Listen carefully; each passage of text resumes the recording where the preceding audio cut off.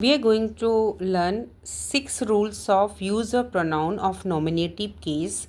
Nominative case pronoun के क्या क्या हैं? ही सी इट जो सिंगुलर है और दे क्या है? प्लूरल है। ही सी इट सिंगुलर हुआ और दे प्लूरल है। ये नोमिनेटिव केस किसका है? प्रोनाउन का।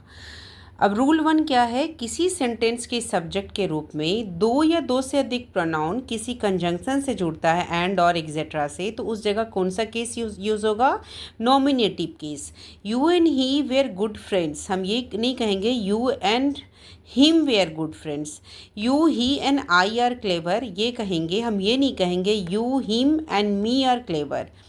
रूल 2, किसी सेंटेंस के वर्ब के सब्जेक्ट के रूप में नॉमिनेटिव केस के प्रोनाउन का प्रयोग होता है। जैसे he went to Jaipur last month, ये नॉमिनेटिव केस होगा, हम इस जगह पे हिम और हर नहीं कहेंगे।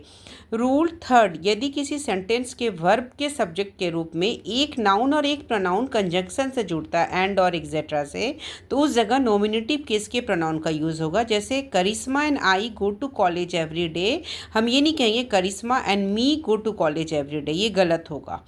रूल 4, टू बी का प्रयोग इन्फिनिटी के रूप में होता है तथा इसका कोई स्पष्ट सब्जेक्ट नहीं हो तो इसके बाद कौन सा केस लगता है? प्रोनाउन का नॉमिनेटिव केस। एग्जाम्पल समझिए, जैसे कि I would not want to be he, हम ये नहीं कहेंगे I would not want to be him. Rule 5, B जैसे कि is, are, am, was, were etcetera के बाद who, which, that plus clause का प्रयोग होता है तो उस जगह पे प्रोनाउन का नॉमिनेटिव केस लगता है। It is I, it is me गलत होगा।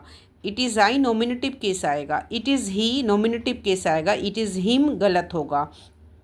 नोट करना है कि जब इज, एम, वाज, वेयर के बाद हु, विच, दैट का प्रयोग हो तो हु, विच, दैट के बाद क्या लग रहा है? Relative pronoun.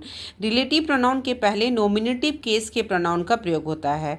तो हमेशा हम बोलेंगे it is I who have helped you, हम ये नहीं कहेंगे it is me who have helped me, तो यह नॉमिनेटिव केस लगेगा। It is I who have helped you.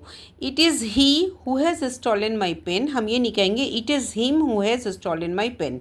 Rule number 6, किसी वर्ड के अपोजिशन के रूप में एक या एक से अधिक प्रोनाउन का प्रयोग हो तो और वह वर्ड सेंटेंस का सब्जेक्ट हो तो इस जगह पे हम नॉमिनेटिव केस का प्रयोग करते हैं। जैसे कि the two of us, he and I did not agree to her proposal, हम यह नहीं कहेंगे कि the two of us, him and me did not agree to proposal. तो ये 6 रूल्स हुए use of pronoun of nominative case.